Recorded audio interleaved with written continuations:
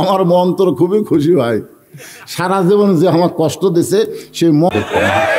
এই ফেল করার কথা শুনেই আমি তখনই 4 রাকাত নামাজ পড়ছি। আল্লাহ শালি রে, ও আবার সিয়াসাতটা জানে, সংসদে আলেমদের বিরুদ্ধে কথা কয়, জোরে কোন কথা ঠিক কি না? আগে কররে মন আখেরের কাজ, মমতাজের কথা, আগে কররে মন আখেরের কাজ, ধ্যান যোগ হয় দিলের নামাজ, ও তোমার পাঞ্জি গানা নামাজ পড়া লাগবে না, ওরে শরীয়তের মৌলানা চোখ দুইটা করলা কানা, কোরআন হলো 90 পারা তোমরা খুঁজা পাইলা না। এমন একটা বেজাতা মেয়াকে সংসদে আসন দেওয়া ঠিক না, জোরে কোন কথা ঠিক রে? আমার ওয়াজ আছে সামনেই, জানুয়ারি মাসের শেষের দিকে ওর এলাকাত, ওটি যায় ফাটাফাটি ওয়াজ করবো ভাই। কয়েকদিন আগে মানিকগঞ্জ সাটুরিয়া ওয়াজ করাইছি, কয়েকদিন আগে এই জানুয়ারি মাসের 4 তারিখে গেছিলাম মানিকগঞ্জ। একটু মনোযোগ দিয়ে শুনবেন, আমরা মুসলমান, জোরে করে আমরা কি মুসলমান? তাহলে চিন্তা করতে হবে কোরআন অনুযায়ী পর্দানিশী নারী যারা, পর্দানিশী নারী যারা, আপনারা সবাই বলবেন বিশ্ব সুন্দরী তারা, এ কথা বলতে পারবেন না? তাহলে জবান খুলে সবাই বলবেন পর্দানিশী নারী যারা, বিশ্ব সুন্দরী তারা। আর যেই বলবো বেপর্দা নারী যারা, আপনারা বলবেন বিশ্ব বেহায়া বেহায়া। মাই কিন্তু বোরকা গাওয়াত দিছিল, জোরে কোন ঠিক কিনা? বোরকা গাওয়াত দিয়েছিল ভোটের জন্য। আমাকে কতকগুলো নেতারা তা চমক দেখায়, বুঝলেন? সারা জীবন মাথার টুপি নাই, ভোটের আগে মাথার টুপি। হ্যাঁ, জনগণ বোঝে না তোরা কে। যে বলবো বেপর্দা নারী যারা, আপনার বলবেন বিশ্ব বেহায়া তারা, বলতে পারবেন না?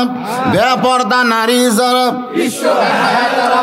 ওমর ফারুক মেয়েটার নিকটে গিয়া আল্লাহর কোরআন দেখার জন্যে, আল্লাহর কোরআন দেখার জন্য মেয়েটাকে বললেন, মা এই নির্জন পথে তুমি একা একা চলতেছো, তোমার সামনেও কোনো মানুষ নাই, পিছনেও কোনো মানুষ নাই, তোমার অন্তরে কি কোনো ভয় ডর লাগতেছে না? মেয়েটা বলতেছে, পথিক তুমি কি হযরত উমরকে চেনো? মেয়েটা হযরত উমরকে না চেনার কারণে বলে, পথিক তুমি কি হযরত উমরকে চিনো? যদি উমরকে চিনতে তাহলে এইরকম ব্যাস সাইজা কথা বলতা না। হযরত উমর যেদিন থেকে আল্লাহর কোরআন দিয়ে রাষ্ট্র চালায়, সেদিন থেকে পৃথিবীর এক প্রান্ত থেকে আর এক প্রান্তে একটা মহিলা যাবে, ওই মহিলার কলিজায় কেবলমাত্র আল্লাহ ছাড়া অন্য কারো ভয় থাকবে না। সেদিন ষোড়শী নির্জন পথে যাবে, সবাই বলেন সেদিন ষোড়শী নির্জন পথে যাবে, কোনো জন কটু কথা কবে না, পথে আর প্রান্তরে সম্পদের মোহে পড়ে খুন আর রাহাজানি হবে না। সবাই বলেন যদি মেনে চলি কোরআন, যদি মেনে চলি কোরআন আর রাসূলের বিধান, সকলেই শান্তিতে থাকবে, বাংলার আকাশে কলেমার পতাকা সেদিন দুলবে। আমি ওয়াজ করতে আসার সময় আপনাকে নন্দীগ্রাম, বোলগ্রাম, বোলগ্রাম নাম শুনছেন? বোলগ্রামে দেখি যে 10-12 জন ডিউটি দিচ্ছে রাস্তা। আমি গাড়ি থামে বললাম, কে রে ভাই এত লোক রাস্তা কেন? হুজুর গরু চুরি হচ্ছে। হুজুর কি চুরি হচ্ছে? আমি বললাম এই গরু চুরি হওয়ার জন্যে কোন জিনিসটা দায়ী করতে চায়? হুজুর এই রাস্তা, এই শালা রাস্তা তেল তেলা হওয়াতে গরু কালি ভুটভুটির উপর তোলে, ট্রাকের উপর তোলে, মারে টান। রাস্তা যদি ভাঙ্গা থাকতো তাহলে কিন্তু এত জোরে টান মারবার পারতো না। জোরে কথা কন না কেন? তাহলে আমাদের সরকার রাস্তা দিল, তেল তেলা রাস্তা হলো, কিন্তু রাস্তার মধ্যে কোনো নিরাপত্তা দিল না। চোর ডাকাতের জন্য একটা সুন্দর ব্যবস্থা হয়ে গেছে। জোরে কোন কথা ঠিক না?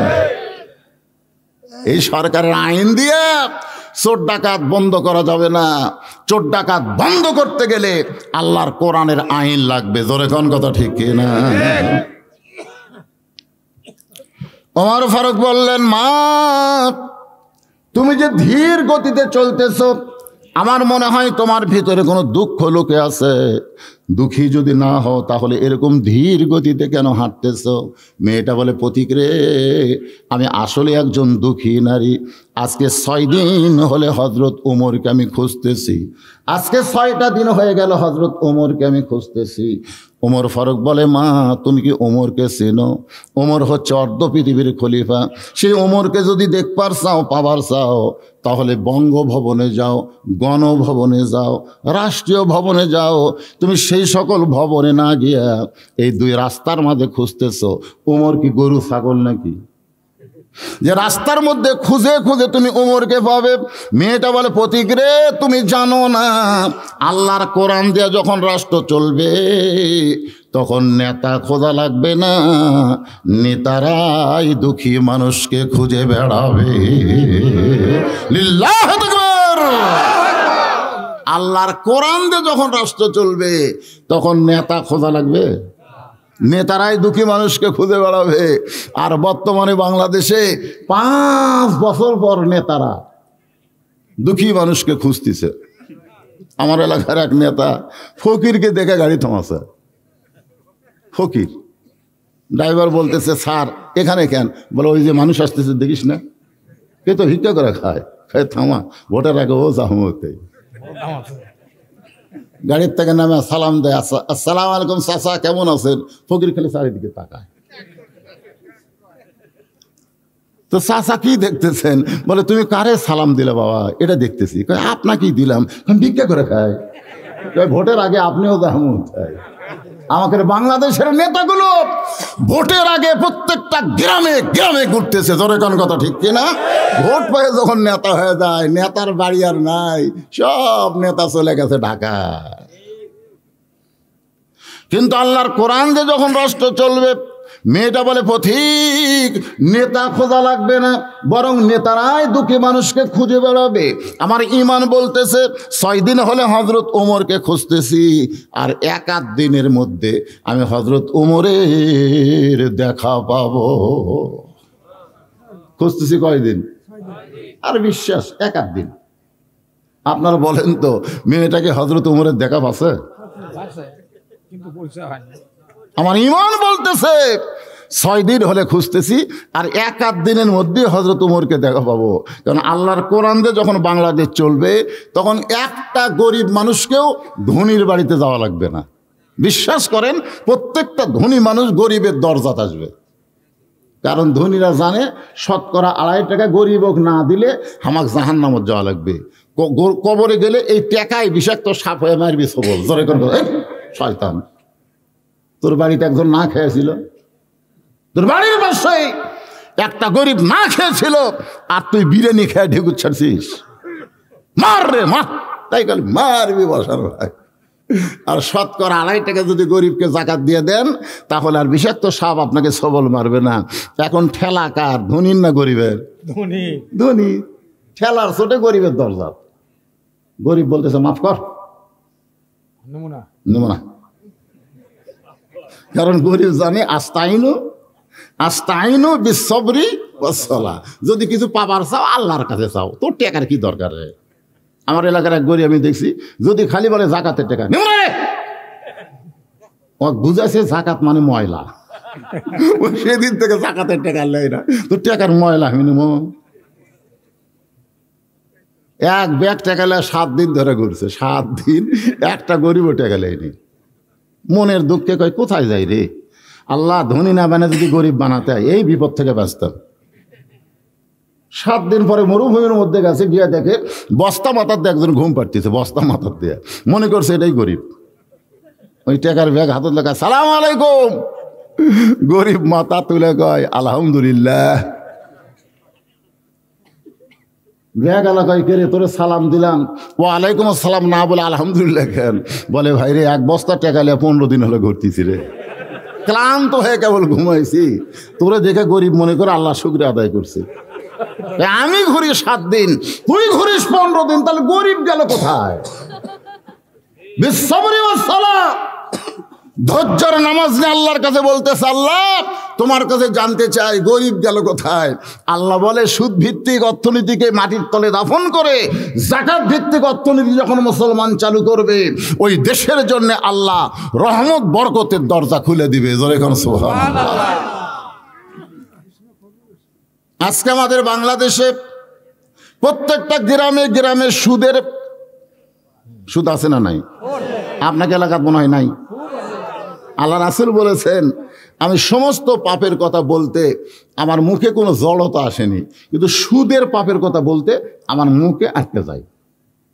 সাহাবেরা বলে হুজুর কি এখানে যারা বলবারই সাহস পাই না। সাহাবেরা বলে হুজুর বলেন, হুজুর সুদ খেলে কি হয় একটু বলেন হুজুর। রাসূল বলে কিভাবে বলি রে? সমস্ত সাহাবেরা যদি বলে হুজুর তাহলে আপনি বলবেন না। রাসূল বললেন, সুদের যে 1 টাকা খায় নিজের মায়ের সাথে, যে মায়ের গর্ভে ছিল ওই মায়ের সাথে 42 বার জিনা করার গুনাহ হয়। এই কথা বলি রাসূল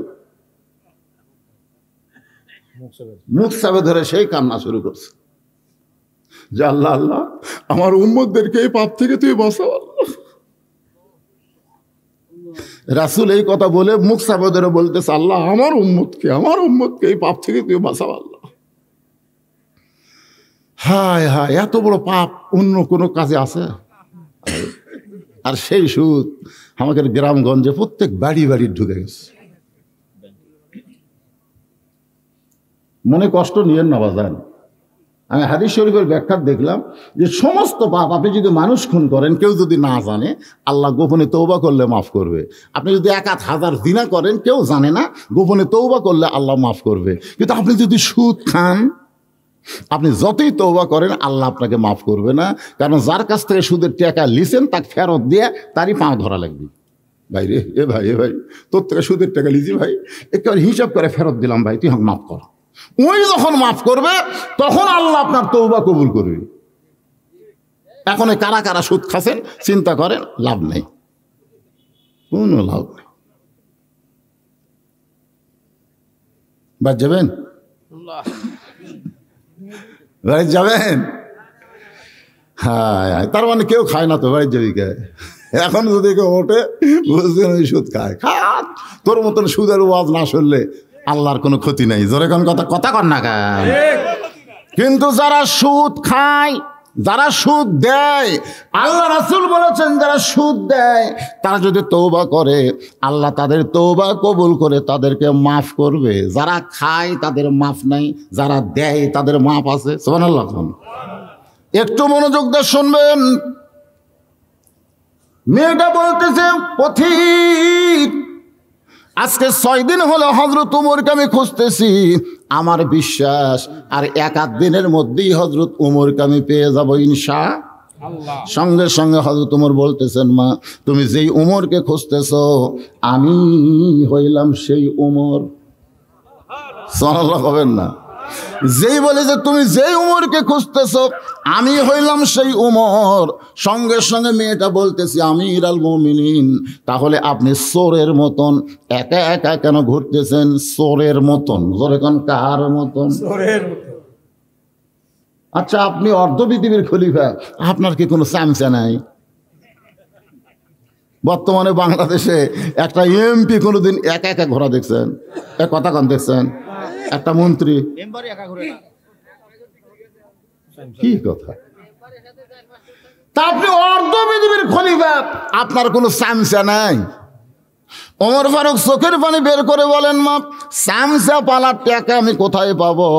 কারণ চামচা পালবার গেলে যে টাকা লাগবে সেই টাকা তো আমার নাই। অর্ধ পৃথিবীর খলিফা কেমন ছিলেন? জুমার দিনে যখন খুতবা দিচ্ছেন একজন মুসল্লি দাঁড়িয়ে বলতেছে, আমিরুল মুমিনিন আপনার খুতবা আমি শুনবো না। ওমর ফারুক বললেন, আমার অপরাধ কি? বলে, আমাদেরকে খাটো পাঞ্জাবি দিয়ে আপনি লম্বা জুব্বা পরে খুতবা পড়তেছেন, আমাদেরকে বাইতুল মাল থেকে খাটো দিয়ে আপনি লম্বা জুব্বা পরবেন, যতক্ষণ লম্বা জুব্বার কাহিনী না বলবেন ততক্ষণ আপনার খুতবা আমরা শুনবো না। ওমরের চোখ দিয়ে দর দর করে পানি পড়তেছে। এমন কথা বলেছে, অথচ একটা লোকও বলতে, অর্ধ পৃথিবীর খলিফা লম্বা পড়বি না কি পড়বি, তুই বাধা দেওয়ার কে? ধর। একটা লোক নেই। কারণ ওমরের আইন চলতেছে না আল্লাহর আইন? যখন কারায়েন সবাই চুপ করে আছে, কেউ যখন কোনো কথা বলতেছে না, ওমর ফারুকের ছেলে আব্দুল্লাহ ইবনে ওমর, যিনি 6 লক্ষ হাদিসের হাফেজ, 30 পারা কোরআনের হাফেজ, অর্ধ পৃথিবীর খলিফার ছেলে কি ইঞ্জিনিয়ার, ব্যারিস্টার। আমাদের নেতারা থাকে বাংলাদেশে, ছেলেগুলা সব কানাডা পাঠা দিছে, তোর কোন কথা ঠিক কিনা? অধিকাংশ নেতার ছেলেরা আমেরিকা, লন্ডন, কানাডায়। কিন্তু হযরত ওমর অর্ধ পৃথিবীর খলিফা হয়ে তার সন্তানকে হাদিসের তালিম দিয়ে 6 লক্ষ হাদিসের হাফেজ, 30 পারা কোরআনের হাফেজ, সে আব্দুল্লাহ বাবার পাশে দাঁড়িয়ে বললেন, রে নবীর সাহাবীরা, তোমরা খাটো পাঞ্জাবি হলেও তো নতুন কাপড় পরে মসজিদে আইছো, কিন্তু আমার পরনে তাকায় দেখো, আমার পরনে কোনো নতুন কাপড় নাই। সমস্ত সাহাবীরা, আব্দুল্লাহ আজকে জুমার দিনে তুমি নতুন কাপড় না পরে এই পুরাতন কাপড় কেন পরে আসলে? আব্দুল্লাহ বলতেছে, আমি যদি নতুন কাপড় পরতাম তাহলে আমার বাবার জুব্বা লম্বা হতো না। দুনিয়ার সবাই যখন ঘুমাইছিল, এমন সময় আমার বাবা চুপি চুপি আমার ঘরের দরজায় গিয়ে ডাকতেছে, আব্দুল্লাহ রে আব্দুল্লাহ। আমি চমকে গেলাম, এই গভীর রাত্রে বাবা কেন ডাকে? দরজা খুলে তাকায় দেখি বাবার হাতে একটা পাঞ্জাবি। আমি খুশি হয়ে বললাম, বাবা বাইতুল মাল থেকে আমার একটা পাঞ্জাবি দিছে, আপনি গভীর রাত্রে আর একটা দিবার আইছেন। ওমর ফারুক কোরআন থেকে তেলাওয়াত করলেন, ইন্নাল্লাহা ইয়ামুরুকুম আন তুআদ্দুল আমানাতি ইলা আহলিহা ওয়া ইযা হাকামতুম বাইনান নাস আন তাহকুমু বিল আদল। গোটা পৃথিবীর যত সম্পদ, এই সম্পদের মালিক প্রধানমন্ত্রী না, বাংলাদেশের সম্পদের মালিক কোনো এমপি না, বাংলাদেশের সম্পদের মালিক প্রত্যেকটা নেতার কাছে আল্লাহর আমানত। সুবহানাল্লাহ কোন না কেন? এটা কি আমার বাপের কথা বললাম?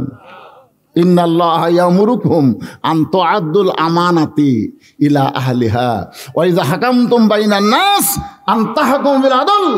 আব্দুল্লাহ, তোরে আরেকটা দিবে রাইছি, এই পাঞ্জাবিটা হলো আমার।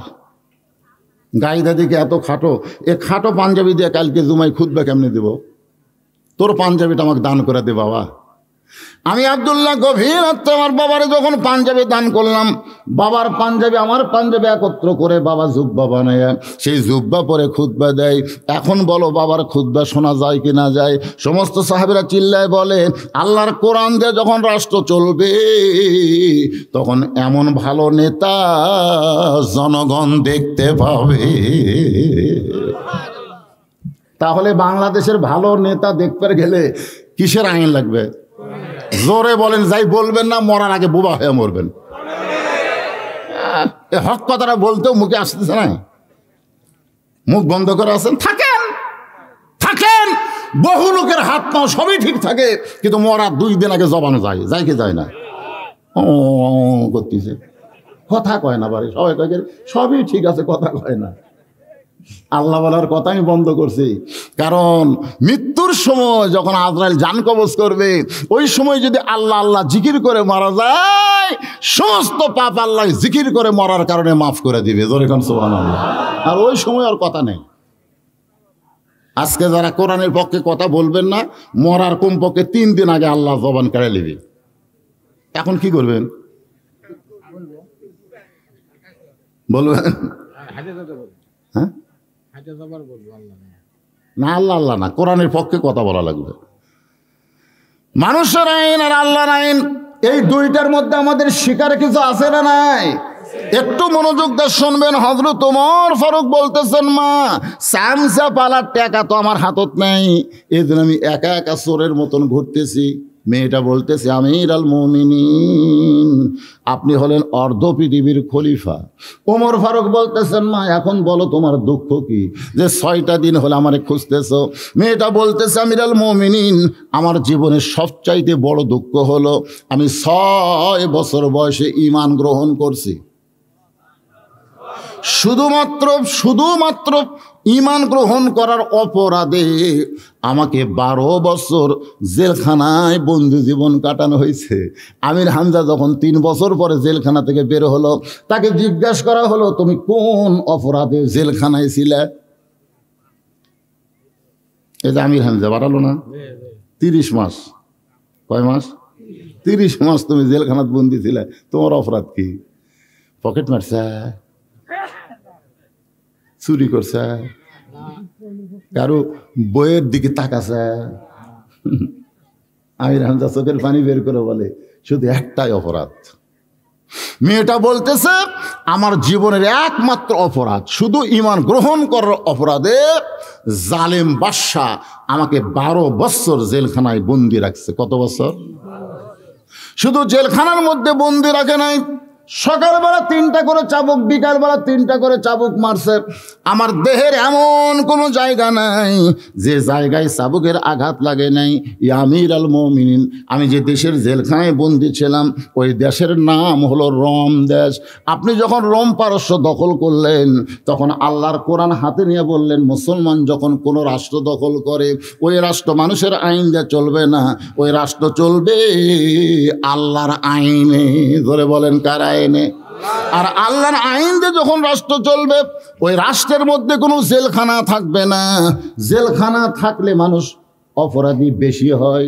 চুরি করে জেলখানা গেছে, রাত্রে ডাকাতের কাছে আর বিছনা, রাত্রে শোয়ার সময় একটা বিছনা হয় না, যার কাছে সুবিধা হলো ডাকাত। বলতে যে কে রে ভাই তুই কি অপরাধে জেলখানা ঢুকছো? মুরগি চুরি করবার গেছো মারে। তখন ডাকাত মারে লাগে, এই আমার কাছে কোনো চোরের জায়গা হবে না, তুই আমাকে চিনিস? আমি 3টা মার্ডার করে জেলে ঢুকছি রে, কোনো চোরের জায়গা আমার কাছে নাই। তখন চোর জায়গালে পাওয়া ধরে কয় ভাই তাহলে এবারের মতন বাইর হয়ে কি হয়ে ঢোকা লাগবে আমার জানা হয়। আস এই চোর হয়ে আর আমি জেলখানা ঢুকতেছি না। এই জন্য দেখবে জেলখানার থেকে অনেকে বার হওয়ার পরে সিনা টান করে হাঁটে। কারণ কি? ওই ডাকাত হবি মনে হয় জেলখানা আর শ্বশুর বাড়ি। কিন্তু আল্লাহর কোরআন দিয়ে যখন দেশ চলবে তখন কোনো জেলখানা থাকবে না, কারণ কোরআনের বিচার হলো ডাইরেক্ট। জোরে কোন কি? আপনি যখন জেলখানার দরজা মুক্ত করে দিলেন তখন আমি একজন নারী 6 বছর বয়সী মান গ্রহণ করে 12 বছর জেলখানায় বন্দি থাকার কারণে আমার বয়স এখন 18 বছর। 18 বছর একজন যৌবন নারী কোথায় যাব? কারণ আমার দাদা খ্রিস্টান, আমার বাবাও খ্রিস্টান, আমার দেশের সকলেই খ্রিস্টান। একজন মুমিনা নারী হয়তো খ্রিস্টানদের কাছে যাওয়ার পারি না। তাই আজকে 6 দিন হলে 2 পাহাড়ের মাঝখানে খুঁজতেছি, যদি আপনার দেখা পাই তাহলে এই দুঃখী মেয়েটা আপনার কাছে একটু আশ্রয় চাই। ওমর ফারুক চোখের পানি বের করে বলে মা আমি তোমাকে আশ্রয় দিবার পারবো না, তবে ইসলাম তোমাকে অধিকার দিয়েছে। এখন আপনাদের কাছে আমি জানতে চাই আমার মা বোনেরা যারা পর্দায় আছেন একটু শোনেন মা, ইসলামে নারীদের অধিকার আছে না নাই? এজোরকর আছে না নাই? আমার বাবা মরে গেল 18 সালে, আমার মা মরে গেল এই যে 23 সালের ডিসেম্বরের 25 তারিখে। আমার বাবা মরে গেছে, আমি কাঁদছি, কিন্তু আমার মা মরে গেলে আমি দেখলাম তো কিছুই নাই। তখন একটা গান আমার কাছে এসে বলল, বাবা আনন্দে মাতিয়া সাগরে ভাসাইয়া সেই যে চইলা যায় খবর লয় না, মাজন ধরিয়ায় উদরে কতই কষ্ট করে, 10 মাস পরে পায় প্রসবের বেদনা, এমন দরদি ভবে কেউ হবে না আমার মা গো। আমার বাবা জীবনে আমার চুমা খাচ্ছে কিনা আমার মনে নেই, আর আমার মা যেদিন 25 তারিখে মারা যাবে সেই রাতেও আমার চুমা খাইছে। কি বলবো প্রসবের কথা, মা বিনে সেই ব্যথা কেউ তো বুঝিবে না, মাজন ঠেকিয়া সন্তানের দায় অকালে মা মারা যায়, ঠেকিয়া সন্তানের দায় অকালে মা মারা যায়, কেন সে মায়ের ভক্তি করবা না, এমন দরদি ভবে কেউ হবে না আমার মা গো। এই জন্য রাসূল বলেছে মা তোমাদের সাধারণ কোনো বিষয় না, মায়ের পায়ের তলে সন্তানের জান্নাত।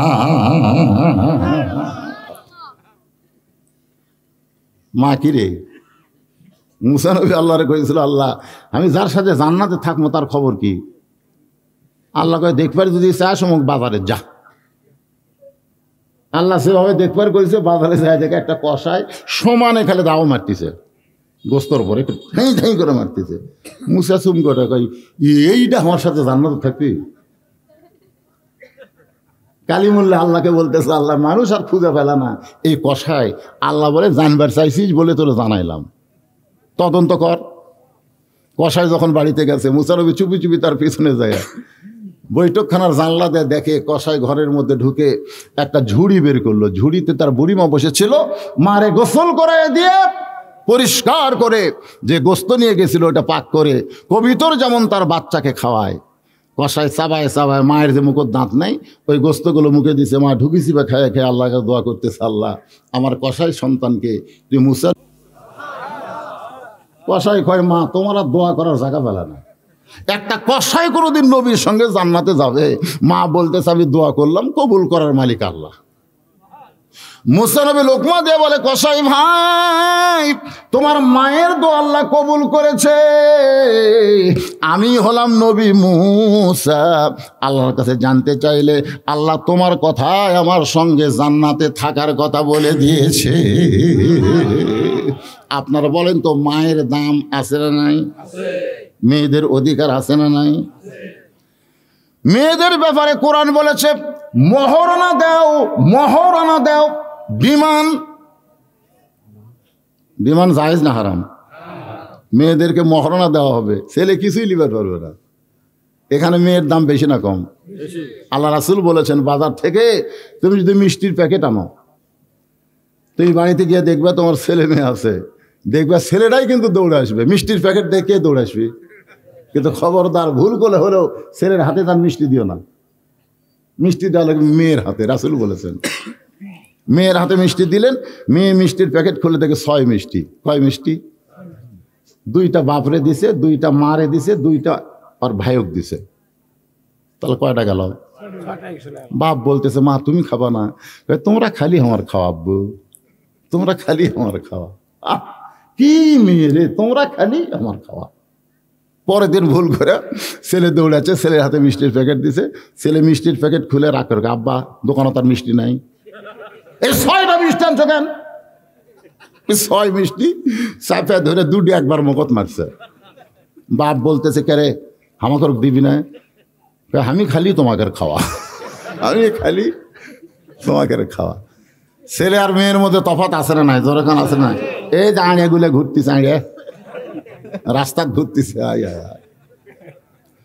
আমি ছেলেদের জন্য বলতে যে ভাই, যার মেয়ের ছেলে, আল্লাহ আমাকে কোনো ছেলে দেয় নাই। আমার বউ মাঝে মধ্যে কান্দে, যদি একটা ছেলে থাকতো তাহলে হুজুরের পরে আর একটা হুজুর হতো। আমি কইলাম, কেন আমার একটা মেয়ে নাই, ছোট মেয়ে, পরে আমি তানজিউল উলুম মাদ্রাসায় দিছি কোরআনে হাফেজ বানানোর জন্যে। আমার বইয়ের মন ভরে না, সবসময় কানের কাছে ফ্যান ফ্যান ফ্যান ফ্যান করে। বুড়া বয়স আবার চান্স নেব, তুই যতই কান্দে আর ছেলের দরকার নেই। তো ভাইজান আমার 3 মেয়ে, শোনেন, যখন ওদের কোনো টাকা লাগে ঘরের মধ্যে ঢুকে দাঁড়ায় থাকে। আমি বলি, কেমন তোমাকে কিছু দরকার? যদি আপনি বোঝেন। 3 জনক 300 টাকা দিলাম, ওরা কাছেই থাকে। আমি বললাম, মা কি খবর? 300 দিলাম, আর কি? যদি আপনি দেন। তো আবার 100 করে দিলাম। আমি বললাম, মা এখন কি খবর? তো সেটা আপনার বিবেচনা। তখন আবার 100 করে দিলাম, ওরা 3 জন খুশি হয়ে ঘর থেকে বের হয়ে গেল। আমি আমার বড় ভাইকে বললাম, ভাই তোর ছেলেও আছে মেয়েও আছে, তোর ছেলে যখন টাকা চায়, আমার তোর ছেলে নেই, তো কিভাবে চায়? তোর ভাই বলতেছে, শালার লাগবে 100 চায় হাজার।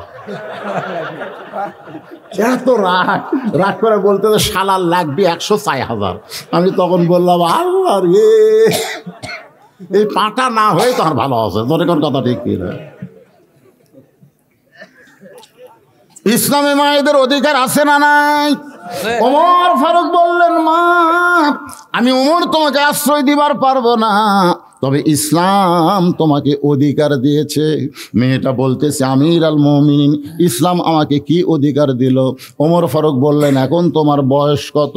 বলে, আমার বয়স হলো 18 বছর।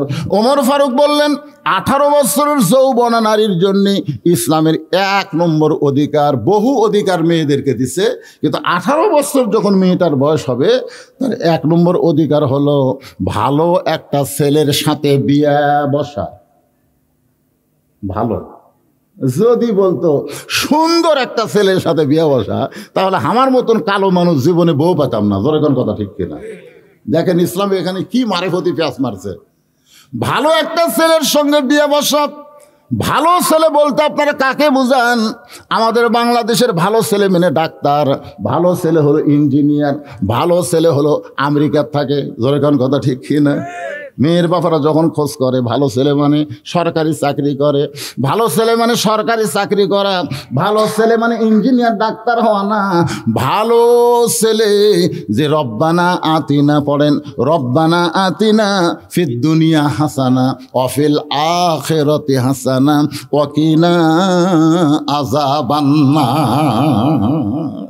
যে ছেলের কাছে দুনিয়াও আছে আখেরাতও আছে, এই ছেলেটাই হলো ভালো ছেলে। সুবহানাল্লাহ কর না কেন?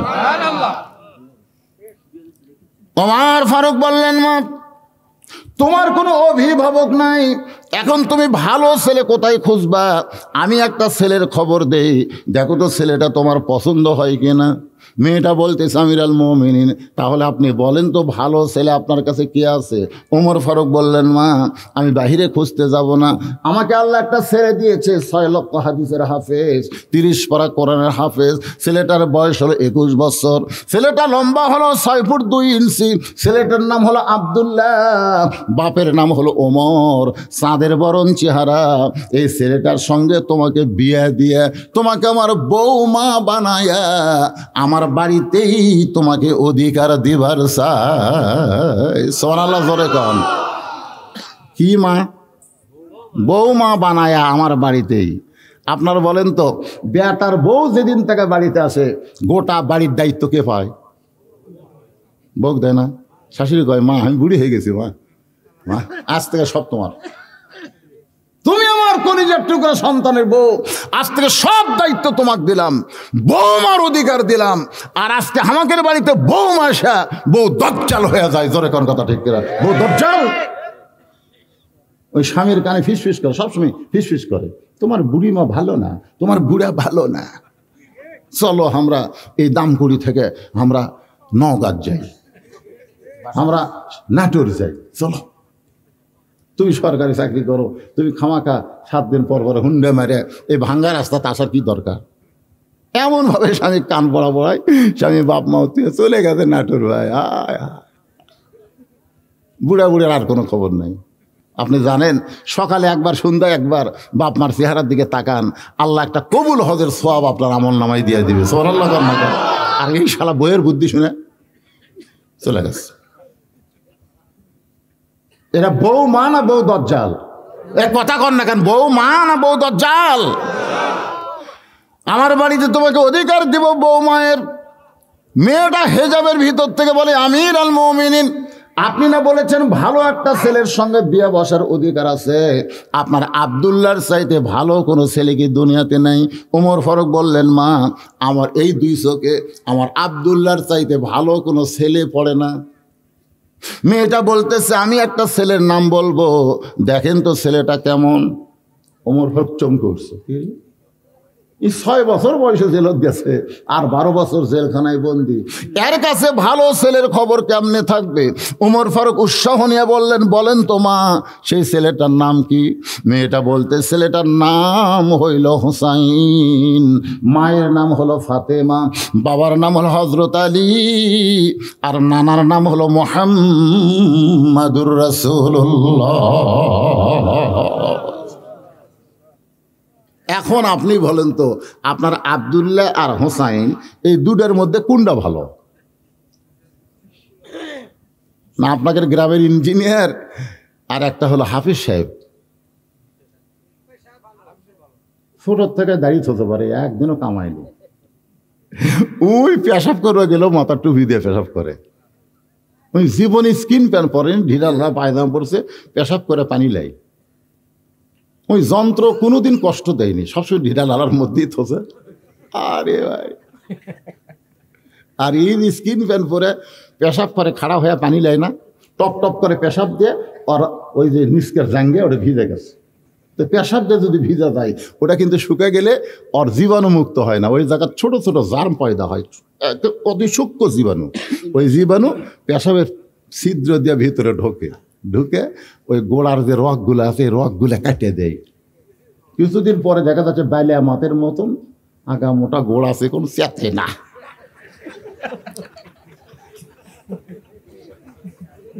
আপনি জানেন ওই ব্যক্তির কবরে সবচেয়ে বেশি আযাব হবে যে পেশাব থেকে পবিত্র হয় না। ধরে কোন কথা কর না।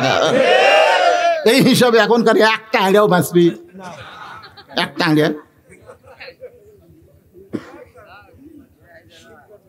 একটা যুবকও বাঁচবে না যারা খাড়া হয়ে পেশাব করে। এমন ফুল প্যান্ট পড়ছে যন্ত্রটা একটু বাতাস পাবি তাও পাবি না, চাপিয়ে দিয়ে থসে।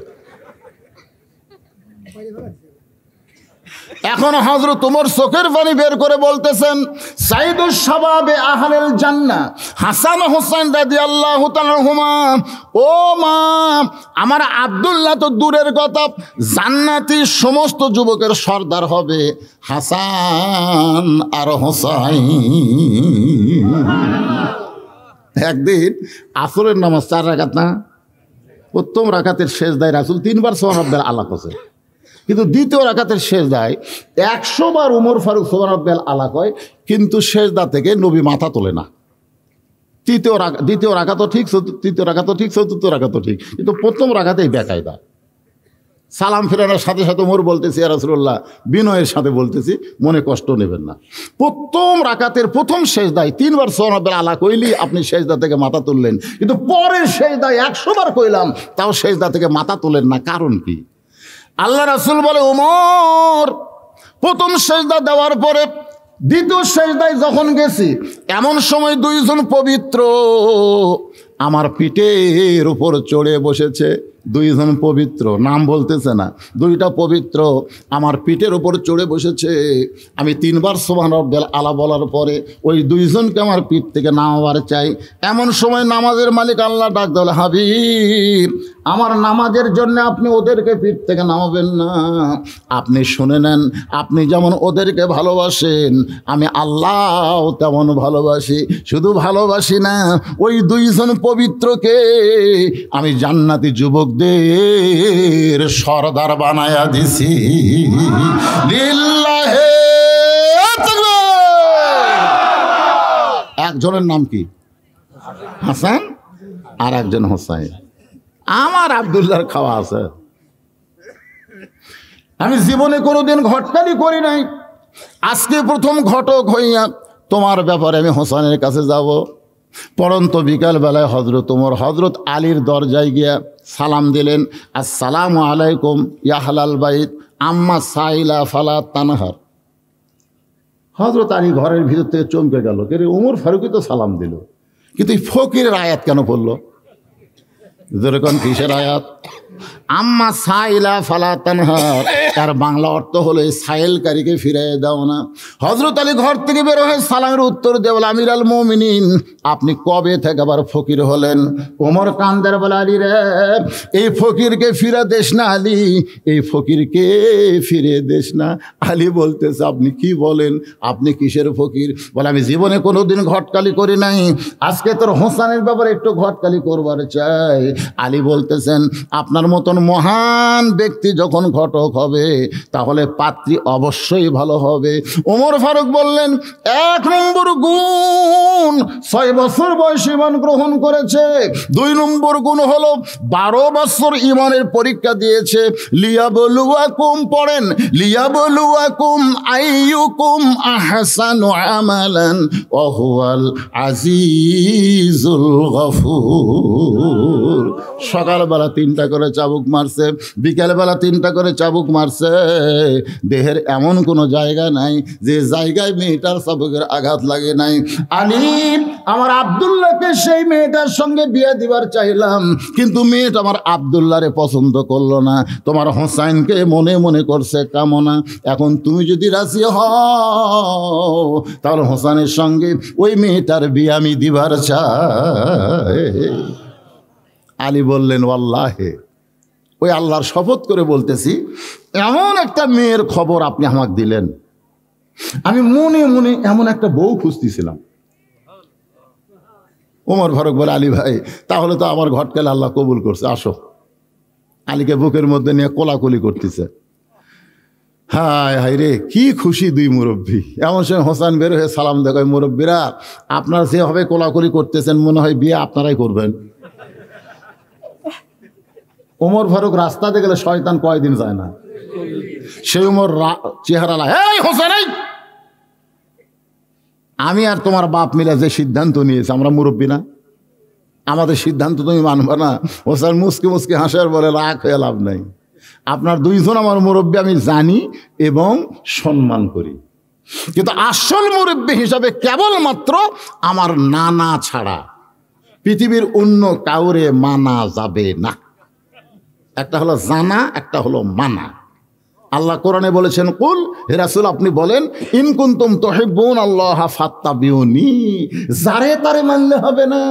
কাদরিয়া, চিশতিয়া, নকশবন্দিয়া, মুজাদ্দিদিয়া, হানাফি, হাম্বলি, শাফি একটাও না। আল্লাহর আনুগত্য করো, নবীর তরিকা মোতাবেক চলো। জোরে কোন কথা ঠিক? নবীর তরিকা, নবীর তরিকা। এত তরিকা বানানোর কথা তো ইসলামে নাই। হুজুর আপনি কোন তরিকা? ঈমান নষ্ট করার প্রধান কারণই হলো এই তরিকা পাল্টান। ভাই আমি নকশবন্দি তরিকা রে। তুই কি? আমি চিশতিয়া। তুই কি? কয় মুজাদ্দিদি। চাপাত লাগতি খাবো। এত তরিকা বানা যাবে না, একটাই তরিকা, সেটা হলো আমাদের রাসূল। জোরে কোন কথা ঠিক? আতিউল্লাহ ও আতিউর রাসূল। এরপর আল্লাহ বলেছেন ও আতিউ উলিল আমরি মিনকুম, বলেন নাই। এখানে আল্লাহ বলেছেন ও উলিল আমরি মিনকুম।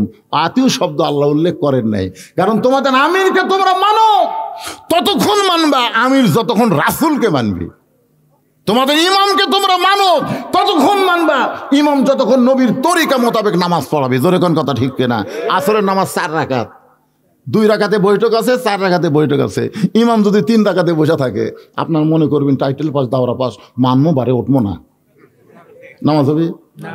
আমরা ইমামকে মানি ততক্ষণ, ইমাম যতক্ষণ রাসূলের তরিকায় থাকবে। রাসূলের তরিকা থাকবো না তো লোকমা দিয়া খাড়া করে দেবো। জোরে কোন কথা ঠিক কিনা? লোকমা যদি না মানিস তো বাদ দিয়ে আর একটা ইমাম বানাবো রে। আজকে দেখেন যেগুলো তরিকা আপনারা মানতেছেন, ওই তরিকার মধ্যে রাসূল আছে। কি মন খারাপ করতেছেন? হোসাইন বলতেছে, আপনার 2 জন মুরব্বী আমি জানি, আপনাদের 2 জন মুরব্বীকে আমি সম্মান করি, কারণ মুরব্বীদের সম্মান করা হলো নবীর সুন্নাত। জোরে কোন সুবহানাল্লাহ। কিন্তু মানার ব্যাপারে একজনকেই শুধু আমি মানবো, তিনি হলেন আমার নানা।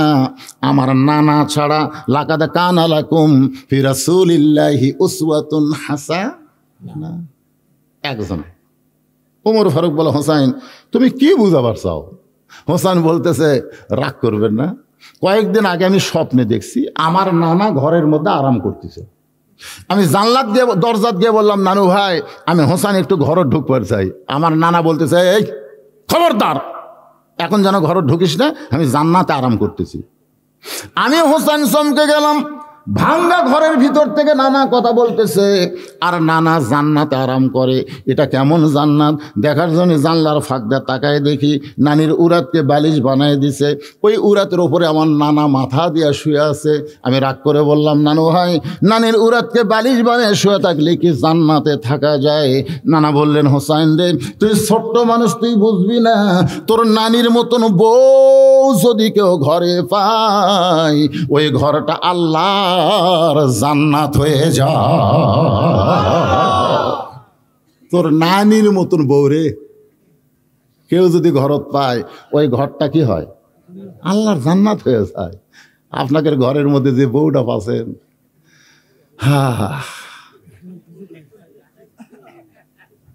আপনি এশার নামাজ পড়লেন মসজিদে, বাড়ি যাচ্ছেন আর চিন্তা করতেছেন, আমি তো নামাজ পড়লাম মসজিদে, আমার বউ তাহলে যায় না আমাদের উপরে আসে, কারণ মেয়ে মানুষের তসবিহ তেলাওয়াত একটু বেশি করে। কিন্তু ভাই বাড়ির পাওতে দেখেন আপনার বাড়ির মধ্যে থেকে হরি হরি হরি হরি লো লো লো লো লো লো হরি হরি। আমি সামনে কাতারে নামাজ পড়লাম আর আমার বাড়ি হরি হরি। ঘরের মধ্যে ঢুকে দেখেন আপনার ম্যাডাম স্টার জলসা জি বাংলা দেখতেছে, চিল্লায় বলবেন, আমার ঘর আল্লাহ জাহান্নাম বানায় দিছে তোর মতন বউ হওয়ার কারণে। জোরে কথা কন না কেন? তাহলে একদিন কবেন, একদিন কছেন কোনোদিন?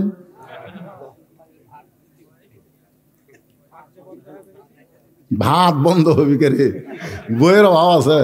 আপনারা তো কি মনে করতেছেন ভাই? সকালে বেলা বউ ছাড়া দিবেন, বিকালে 3 জন ঘটক আসবে। আপনি জানেন, ছাড়া দেননি থেকে বুঝতে পারতেছেন না। আমার এলাকার এক লোক পাই, হুজুর বউ মরলে এত মজা, আগে বুঝি এটা কোনো মাল হলো কে রে? এই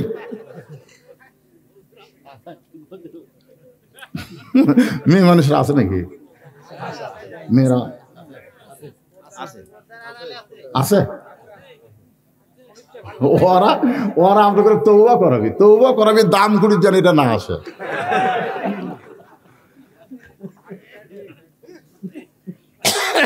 হোসাইন দৌড়ে গিয়া বাবার বুড়া আঙ্গুল ধরছে, হযরত আলীর বুড়া আঙ্গুল চেপে ধরে বলতেছে, বাবা আপনি সত্যি করে বলেন তো আমার মা আপনার কেমন বউ? বাবা গো আপনি সত্যি করে বলেন আমার মা আপনার কেমন বউ? এই কথা যখন হোসেন বলতেছে তখন মা ফাতেমা দুনিয়াতে নাই, দুনিয়া থেকে বিদায় নিয়েছে। যার কারণে হোসেন বলতেছে, বাবা আপনি সত্যি করে বলেন তো আমার মা আপনার কেমন বউ? আমার মায়ের মতন বউ পাওয়ার কারণে আপনার ভাঙ্গা ঘর যদি আল্লাহ জান্নাত বানায় দেয়, আমার নানা বিয়ে করার পরে নানার ঘর যদি আল্লাহ জান্নাত বানায় দেয়, আমিও সিদ্ধান্ত নিয়েছি আপনি যেমন বিয়ে করছেন, আমার নানা যেমন বিয়ে করছে, আমি হোসাইন তেমন একটা বিবাহ করতে চাই। কারণ বউ যদি ভালো হয় সেই স্বামী আল্লাহর ওলি হয়, আর বউ যদি খারাপ হয় আর দুনিয়াও শেষ আখিরাতও শেষ। ওমর ফারুক চোখের বাড়ি বের করে বলে, হোসাইন আমি যে মেয়েটার ঘটকালি করতেছি এই মেয়েটা খুব ভালো হবে বাবা, এই মেয়েটার যদি তুমি বিয়ে করো তাহলে তোমার নানার মতন তোমার বাবার মতো তুমি একটা ভালো বউ পাইবা। হোসেন বলতেছে, আমিরুল মুমিনিন আপনি মনে কষ্ট নিয়েন না, আমি সেই মেয়েকে বিয়ে করব যে মেয়েটা আমার 3টা প্রশ্নের উত্তর দিবার পারবে। আমি যারে তারে বিয়ে করব না, যে মেয়েটা 3টা প্রশ্নের উত্তর দিবে আমি তাকে বিয়ে করব। ওমর ফারুক বলে, বাবা কি 3টা প্রশ্ন করবা? হোসেন বলতেছে, দুনিয়ার কোনো মানুষের কাছে প্রশ্ন আউট করব না, আমি যাকে বিয়ে করব তার কাছেই শুধু প্রশ্ন করব। ওমর ফারুক বলে, আলী রে কি 3টা প্রশ্ন করবে হোসেন তোমার কি জানা আছে? হযরত আলী বলতেছে, জীবনের প্রথম শুনলাম। ওমর কান্দারে বলে, যে প্রশ্ন আমিও জানি না তুমিও শোনো নাই, তাহলে মেয়েটা কেমনে উত্তর দিবে? আমার ঘটকালি আল্লাহ কবুল করে নাই। হযরত ওমর কাঁদতে কাঁদতে মেয়েটা যেই ঘরে সেই দরজায় গিয়ে বলতেছে, মা আমার আব্দুল্লাহর সঙ্গে বিয়া বস, তোর জীবন ধন্য হয়ে যাবে। মেয়েটা বলতেছে, খালি একটা বার বলেন আপনার আব্দুল্লাহ হোসেনের চাইতে ভালো, তাহলে আমার কোনো আপত্তি নাই। ওমর ফারুক বলে, মা আমি কেমনে বলবো যেটা ঠিক না সেটা কেমনে বলবো? মেয়েটা বলতেছে, তাহলে হোসাইন ছাড়া দুনিয়ার অন্য কোন আব্দুল্লাহর সঙ্গে আমি বিবাহ বসবো না। ওমর ফারুক বলে, মা হোসেন সেই মেয়েকে বিয়ে করবে যে মেয়েটা 3টা প্রশ্নের উত্তর দিবার পারবে, যে প্রশ্ন আমি জীবনেও শুনি নাই, তার বাবাও জানে না, তাহলে তুমি কেমনে উত্তর দিবা? মেয়েটা ঘরের ভিতর থেকে বলতেছে, আমিরুল মুমিনিন হোসেন কি 3টা প্রশ্ন করবে আমি জানি না, তবে আমার ঈমান বলতেছে আমি না পারলেও আমার আল্লাহ পারাবে। লিল্লাহে তাকবীর। আপনাকে ঈমান কি কয়? 5 তলার উপরে উঠে মাঘ মাসের সেই শীত ভাই, 1.5 লাখ টাকার খাট, 12,000 টাকার কম্বল ওড়ে তামানে 9টার সময় দিয়ে বলতেছে, আমার বাড়ি আমার ঘর আমাকে নামাইকে, আমাকে নামাইকে রে, আমার বাড়ি আমার ঘর। ভিত সেইরকম মজবুত দিছি রে, 5 কোটি টাকা খরচ করে 5 তলা বানাছে, আমার বাড়ি আমার ঘর। 2 কান্দে 2 ফেরেশতাকে আল্লাহ। এই শয়তান কি করলো? এই শয়তান যে বলতেছে আমার বাড়ি আমার ঘর আমাকে নামাইকে, আল্লাহ বলতেছে ইন্নাল্লাহ মা'আস সাবিরিন, একটু ধৈর্য ধর। রাত 3টার সময় একটা ভূমিকম্প, তোর এখন কি কম্প, 10 সেকেন্ডের একটা ভূমিকম্প, ওই এত ফোর্সে নামছে বুঝলেন, কম্বলের মধ্যে লুঙ্গি খুলে আছে, ওটাও পরার টাইম পায়নি। ফেরেশতারা বলতেছে, আল্লাহ নামাইলা নামাইলা, তাই বলে ন্যাংটা করে নামাইলা। আল্লাহ বলতেছে জনগণ যদি নামাবার না পারে তাহলে হামাকি নামান লাগবে, আর আমি যদি কাউকে নামাই তাকে ভালো অবস্থায় নামাই না, ন্যাংটা করেই নামাই। ঠিক কিনা? আপনারা কি মনে করতেছেন? আপনাকে ইমান কি কয়? হবি না হুজুর, হবি না, এটা মুসলমানের ইমান কয়। ফিলিস্তিনের একজন ছোট্ট বাচ্চাকে এক সাংবাদিক ধরে বলতেছে, এ পর্যন্ত তোমাদের 25,000 মারা গেল, ইসরায়েলের সঙ্গে খামাখা যুদ্ধ করো, তোমরা পরাজিত হবে, তোমরা তো বাঁচবা না। ওই বাচ্চা চিল্লায় বলে, আমরা মরি না, আমরা মরি না, আমরা দুনিয়া থেকে আল্লাহর জান্নাতে যাই।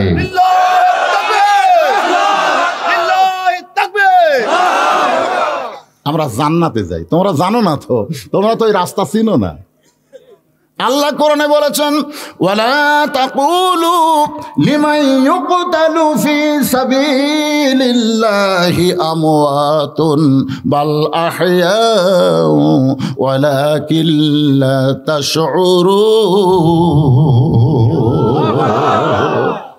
আপনারা কি বলেন তো, মায়ের একটা বাচ্চা যদি লিভার চাই, কোনোদিনও বাচ্চা হয়নি, সেই মাও বাচ্চা এমনি এমনি, আগে রক্ত যায় না, বাচ্চা যখন টান দিয়ে বের করতেছে তখন ফ্যাটে রক্ত বের হয় না, কথা কর না কেন ভাই রে, রক্ত দিয়ে মেখে যায়। এখন এত রক্ত এত রক্ত এত রক্ত, বাচ্চা নেব না, এই কথা বলে তুই মা হবু? তোর পায়ের তলে সন্তানের জান্নাত, পায়ের তলে সন্তানের জান্নাত, তুই মা হবু? একটু ধৈর্য ধর। আজকে ফিলিস্তিনের রক্ত দেখে মনে করেন না যারা পরাজিত হবে। মা যেমন একটা সন্তান পায়, গোটা পৃথিবী ইমাম মেহেদী সাল্লাম আসার কারণে মুসলমানের পায়ের তলে আল্লাহ দিয়ে দিবে। জোরে কোন কথা ঠিক কিনা? ইমান নিয়ে আসেন ভিতরে, কোনো ক্ষমতা ধর থাকবে না, সব ভূমিকম্পে নিচে নামা লাগবে। জোরে কোন কথা কন না কেন? তখন পরনতার লুঙ্গি থাকবি না। আমার সঙ্গে সকলে আয়াতটা পড়ে আবার আমি আলোচনায় আসতেছি, বিরক্ত হচ্ছেন আপনারা? তাহলে আমার সঙ্গে পড়েন, তুইজ্জু মান তাশা ওয়া তুযিল্লু মান তাশা বিয়াদিকাল খায়র ইন্নাকা আলা কুল্লি শাইইন কাদির। সম্মান দেওয়ার মালিককে আল্লাহ। সবাই জবান খুলে বলবেন, এটা কি আমার কথা না আল্লাহর কথা? তাহলে আল্লাহর কথা জবান খুলে বলা মানে একটা জিকির করা। সম্মান দেওয়ার মালিককে আল্লাহ, অপমান করার মালিককে আল্লাহ, ভালো মন্দর মালিককে আল্লাহ, সমস্ত ক্ষমতার মালিককে। মেয়েটা বলতেছে, হোসেন কি 3টা প্রশ্ন করবে আমি জানি না, তবে আমার ইমান বলতেছে আমি না পারলেও কে পারাবে? ওমর ফারুক মারছে দৌড়। আলী বলতেছে এখনই কান্দা কান্দা গেলেন, আবার দৌড়ে আলেন, তার মানে তারিখ করবার আসলাম। হোসেন কয় কিসের তারিখ? বলে বিয়ার তারিখ না রে, বিয়ার তারিখ না, তুই যে 3টা প্রশ্ন করবি তার উত্তর দিবার পারবি কিনা তারিখ। আলী বলতেছে কি প্রশ্ন করবি? আপনিও জানেন না, আমিও জানি না, আর ওই মেয়েটা উত্তর দিবি? ওমর ফারুক বলে, আলী ভাই তুই আমার কাছে আয়। কানে কানে বলতেছে, মেয়েটা একলা নাই রে, মেয়েটার সঙ্গে আল্লাহ আছে। আমাদের সঙ্গে যদি কোরআন শরীফ থাকে, আমাদের সঙ্গে যদি কোরআন শরীফ থাকে, পৃথিবীর কোনো বাতিল আমাদের কাছে আসতে পারবে না। আমরা আল্লামা সাইদি হুজুরের সবসময় দেখছি, যখনই দেখছে জেলে যা, যেখানে হায়দ্রাবাদে যেখানে যাবার যায় দেখবেন কোরআন শরীফ আছে না নাই? এই জন্যে তার কাছে আজরাইল আসলো না। একটা ছোট্ট ছেলের তাশরীফ কি বলেছে, আল্লামা সাইদি তুমি মরনি, শহীদ হয়েছ আমরা এটাই জানি। সবাই বলেন, আল্লামা সাইদি তুমি মরনি, শহীদ হয়েছ আমরা এটাই জানি। এই কোরআন শরীফ কাছে রাখেন, দুনিয়ার কোনো বাতিল কোনো শক্তি আপনার কাছে আসতে পারবে না। কিন্তু আমরা কোরআন শরীফ থুয়ে দিছি, থুয়ে আমরা একলা একলা। আমার ফারুক বলে, আলী রে আমার মনে হয় মেয়েটা একলা নাই, মেয়েটার সঙ্গে আল্লাহ আছে। নির্দিষ্ট তারিখ মোতাবেক বাজান অল্প সময়ের মধ্যে গল্প শেষ করব, একটু মনোযোগ দেওয়া শোনা লাগবে। বিরক্ত হচ্ছেন? ডান পাশে হজরত আলী বসে গেছে, বাম পাশে ডান পাশে হজরত উমর আর বাম পাশে হজরত আলী, আর মাঝখানে হোসাইন বসে গেছে। সামনে একটা চাদর দেওয়া হয়েছে, চাদরের ওই পারি ওই 18 বছরের মেয়েটাকে বসানো হয়েছে। এখন যদি আপনাদের বলি সামনে চাদর দেওয়ার কারণ কি, সবাই একসঙ্গে বলেন কারণ কি? এখানে আপনারা মনে করেন, বিশ্বাস করেন, মনের পর্দা বড় পর্দা। এই গানটা যদি ঠিক হইতো তাহলে উমর ফারুকের মন ভালো না খারাপ? আলীর মন ভালো না খারাপ? হোসেনের মন ভালো না খারাপ? তাহলে সামনে পর্দা কেন দিল? মনের পর্দা পর্দা নয়, পর্দা হলো আল্লাহর আইন। পর্দা যদি আল্লাহর আইন না হতো তাহলে মেয়ে মানুষ মরার পরে আপনারা কয় কাপড় দেন? 5টা। কোন জায়গার দেন? মরদ মানুষের আপনারা জানেন না, আমি আর বইয়ের কাছে শুনছি যে মেয়ে মানুষের যে 5 কাপড় তোরা কোন জায়গার বান্ধিস রে? আর বউ আর মাঝে মধ্যে মানুষ মরে গেলে ধোয়াই তো বলে আপনাকের মতোই 3 কাপড়, আপনাকের মতোই 3 কাপড়, একটা নিচে একটা উপরে, একটা হচ্ছে পাঞ্জাবি কামিজ। কিরে তাহলে 3টা শেষ? আর 2টা? একটা হলো মাথা বান, মাথা বান, আর একটা হলো সিনা বান। সিনা বান মানে বুক বান। তো জ্যাথা অবস্থায় ওই অন্যা এরকম করছে, জ্যাথা অবস্থায় অন্যা ইঙ্কা করে করি, এইদিকে অন্যা দিয়েছে, অন্যা দিয়ে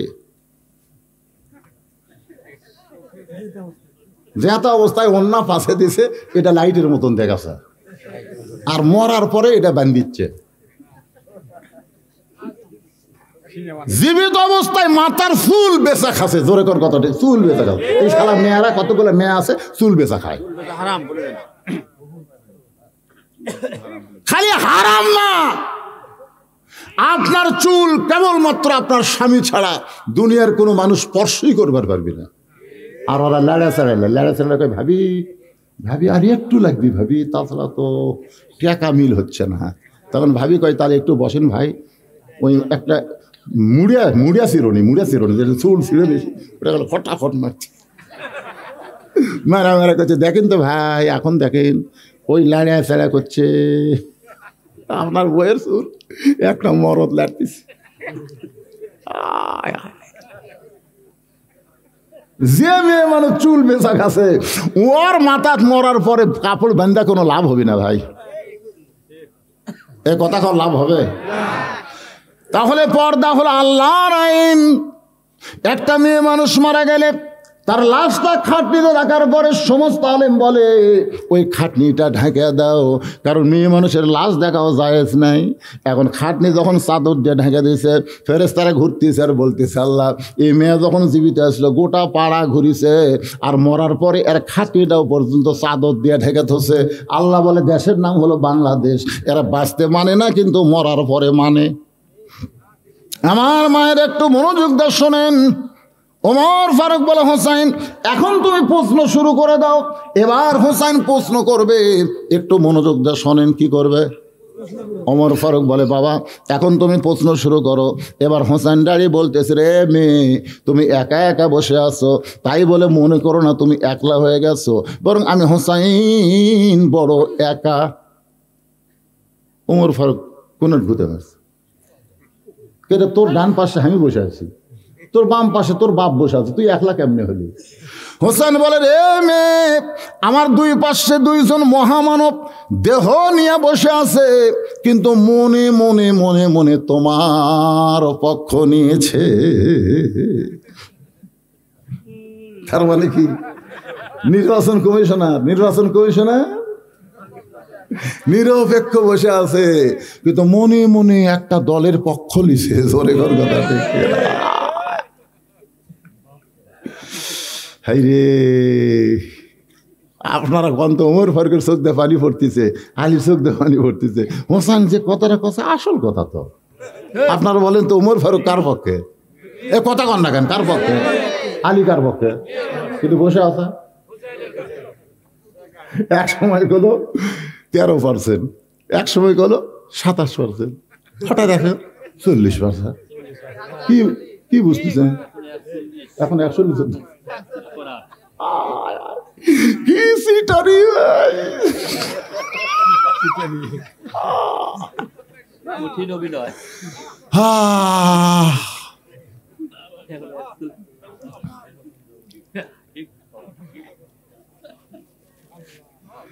আল্লাহ তুমি হেদায়েত করো। কি ওয়াজ করো ভাই, যেদিকে যাই খালি চোখের সামনে ভাই যাও, কি লিল্লাহে তাকবীর। আমার ফারুক বলে, হোসেন এখন তো 3টা প্রশ্ন করবে, যেই 3টা প্রশ্নের উত্তর দিলে মেয়েটাকে বিয়ে করবে, সেই প্রশ্ন শুরু করে দাও। এবার হোসেন বলে, রে মেয়ে, তোমাকে বিবাহ করার জন্যে আমার 1 নম্বর প্রশ্ন হলো, এই সবাই মনোযোগ দিয়ে শুনবা, তোমাকে বিবাহ করার জন্যে আমার 1 নম্বর প্রশ্ন হলো, আমার মাকে তুমি জানো? আমি কোন মায়ের সন্তান? হযরত আলী চমকা উঠছে যে ছেলের সঙ্গে আমি আইছি, আমার কথা না বলে ওর মায়ের কথা কয়। আমি 91 সালে যখন বিয়ে করছি তখন কাজী সাহেব বলল, আপনার বাপের নাম কি? আমি বললাম, বাপের নামই লেখেন ভাই, লেখেন। বাপের নাম দিয়ে বিয়ে হলো। বাড়িতে আসার পর মা আমার বলতে যে, কে রে বিয়ে কীভাবে হলো বাবা? কাজী সাহেব বললো, তোমার বাপের নাম কি? তা আব্বার নাম লিখে দিছি, বিয়ে হয়ে গেল। মা কয়, আমার নাম? না না, আপনি নামের কথা কয়ও নি, ওটা লাগেও নি। মা ঘরের মধ্যে তা সেই কান্দন। আমি বললাম, মা কান্দেন কেন? এই তোর বাপ তোর জন্য কি করছে রে? তোর বাপ তুই পেশাব করলে, তুই পায়খানা করলে লাখ ধরে বেড়ে গেছে রে, আর আমি সেটা পরিষ্কার করে দিছি রে। রাত্রে যদি বিছনা তুই পায়খানা করিস, তোর বাপ সরে দেয় শুতিছে রে। তোর লাখো ধেড় ভেড়ে দেখলে তোর বাপ, তোর বাপ তোর জন্য কি করছে? তুই বাপের নাম দিয়ে বিয়ে করলো, আমার নাম? আমি বললাম, মা এটা নিয়মই নাই মা। কিন্তু 2014 সালে তখন আমার মেয়ে আমার জামাই বিয়ে করতেছে, তখন কাজী সাহেব বলতেছে, আপনার বাপের নাম কি, মায়ের নাম কি? তখন আর বউদা করলাম, তোমার নামও শুনলো। আর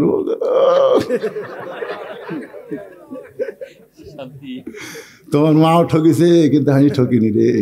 তোমার জিততে লোকে হাসিনা রে, হাসিনা ক্ষমতা আসার পরে খালি বাপের নাম দিয়ে কাম হচ্ছে না, মায়ের নামও লাগতেছে। ধরে কোন কথা ঠিক না? এই জন্য মাঝে মধ্যে আমি বলি, রব্বানা আতিনা ফিদ দুনিয়া হাসিনা ওয়া ফিল আখিরাতি হাসিনা।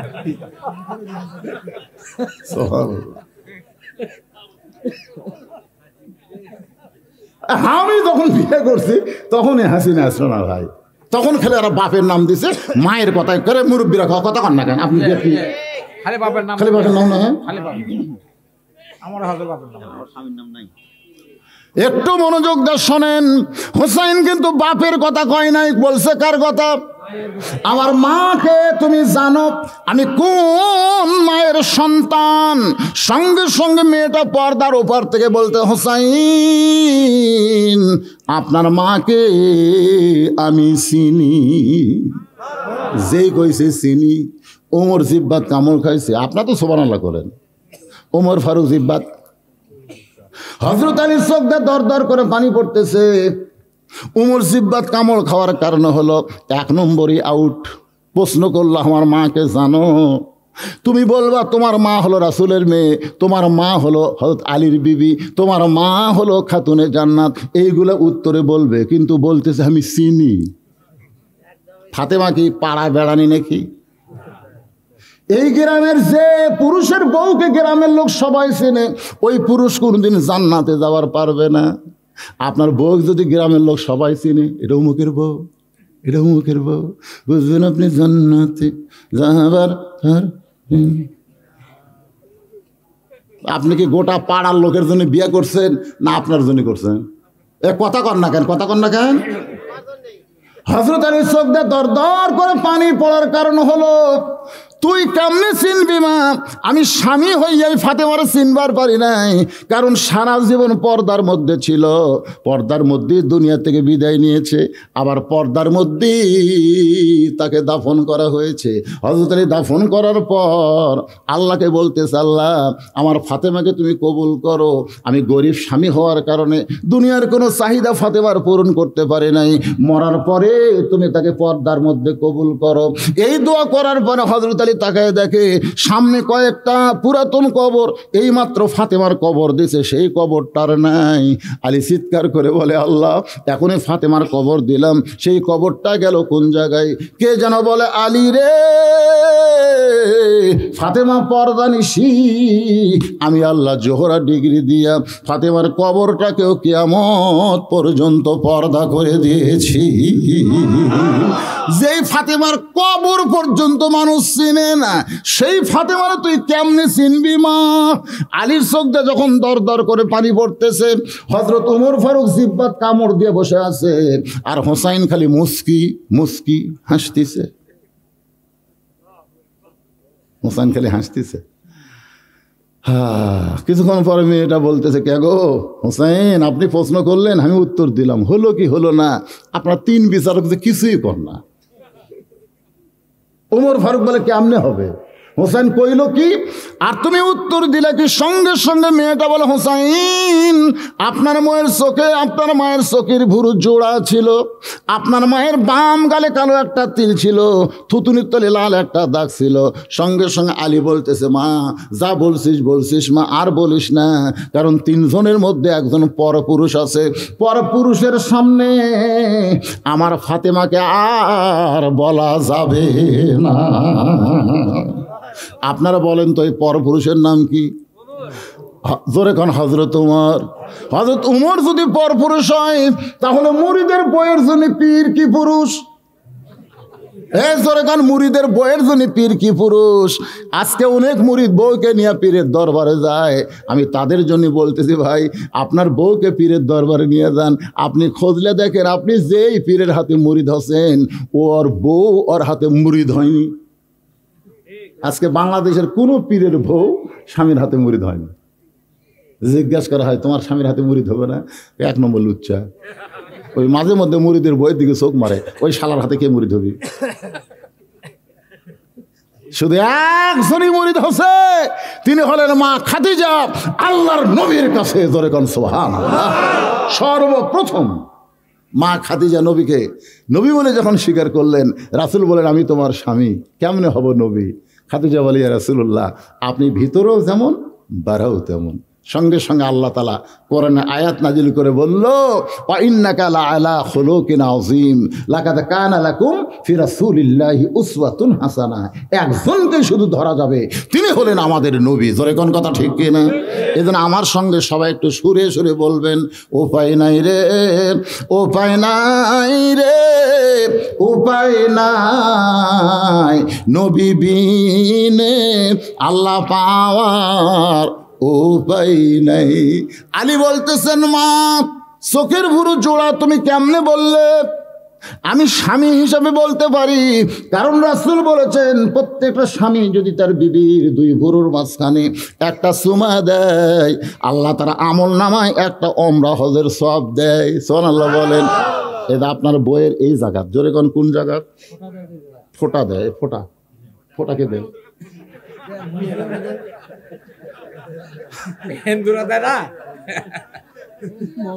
না, মুসলমানের কোনো ফোঁটা চলবে না। কথা বুঝলেন? কথা বুঝলেন আমার? ভুর আমি দেখাচ্ছি তো, এই জায়গা আপনি খুলে একটা চুমা খাবেন, আল্লাহ এত খুশি হবে। হুন্না লিবাসুল্লাকুম ও আনতুম লিবাসুল্লাহ হুন্না আয়াতের ওসিলায় আপনার আমল নামায় একটা ওমরা হজের সওয়াব দিবে। মেয়েরা বলতেছে, এইবার কেবল ওয়াজ সারতেছে রে, কিন্তু কিন্তু তারা বিড়ি খায়। ওরা যদি চুমা দিবার যায়, বউ বলবি মহারণা মাপ দিলাম, চুমার দরকার নেই। তোর এখন কথা ঠিক না।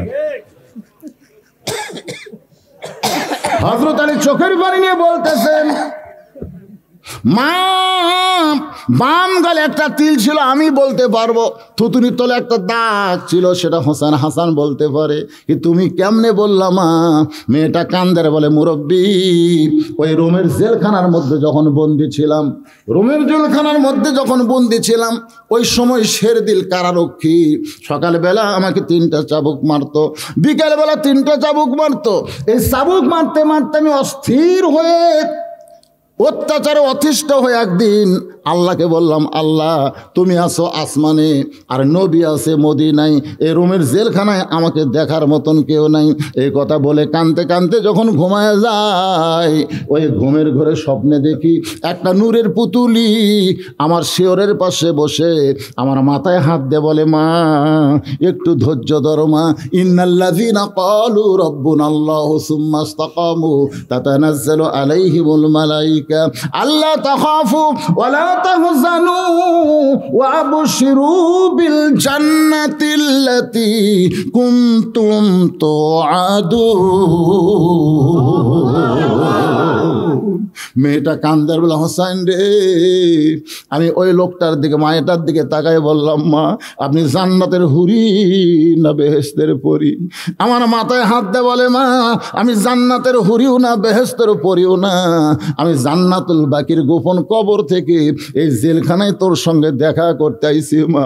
আমি হলাম জগৎ বিখ্যাত মা ফাতেমা। মেয়েটা বলে, হোসাইন রে, ওই সময় আমি তাকায় দেখি চোখের ভুরু জোড়া দেখতে পাই, বাম গালে কালো একটা তিল দেখেছি, থুতুনির তলে লাল একটা দাগ ছাড়া আর আমি কিছুই দেখতে পাই নাই। হোসেন চিল্লা বলে, রে মেয়ে, 1 নম্বর প্রশ্নের উত্তর যেমন আশা করেছিলাম তার চাইতে 100 গুণ তুমি সুন্দর দিয়েছ। ওমর ফারুক বলতেছে, আলী ভাই আমার ঘটকালে আল্লাহ কবুল করছে। হোসেন বলতেছে, এত সোজা না, কেবল 33 পাশে 99 গোল্ডেন এ প্লাস না পেলে আমি বিয়ে করবো না। তাহলে 33 পাশে এখনো 66 বাকি আছে। আপনারা কারা কারা এই 66 পর্যন্ত শুনবেন, 99 শুনবেন? হাত তোলা, আল্লাহকে একটু দেখান তো। হাত নামান, হাত নামান।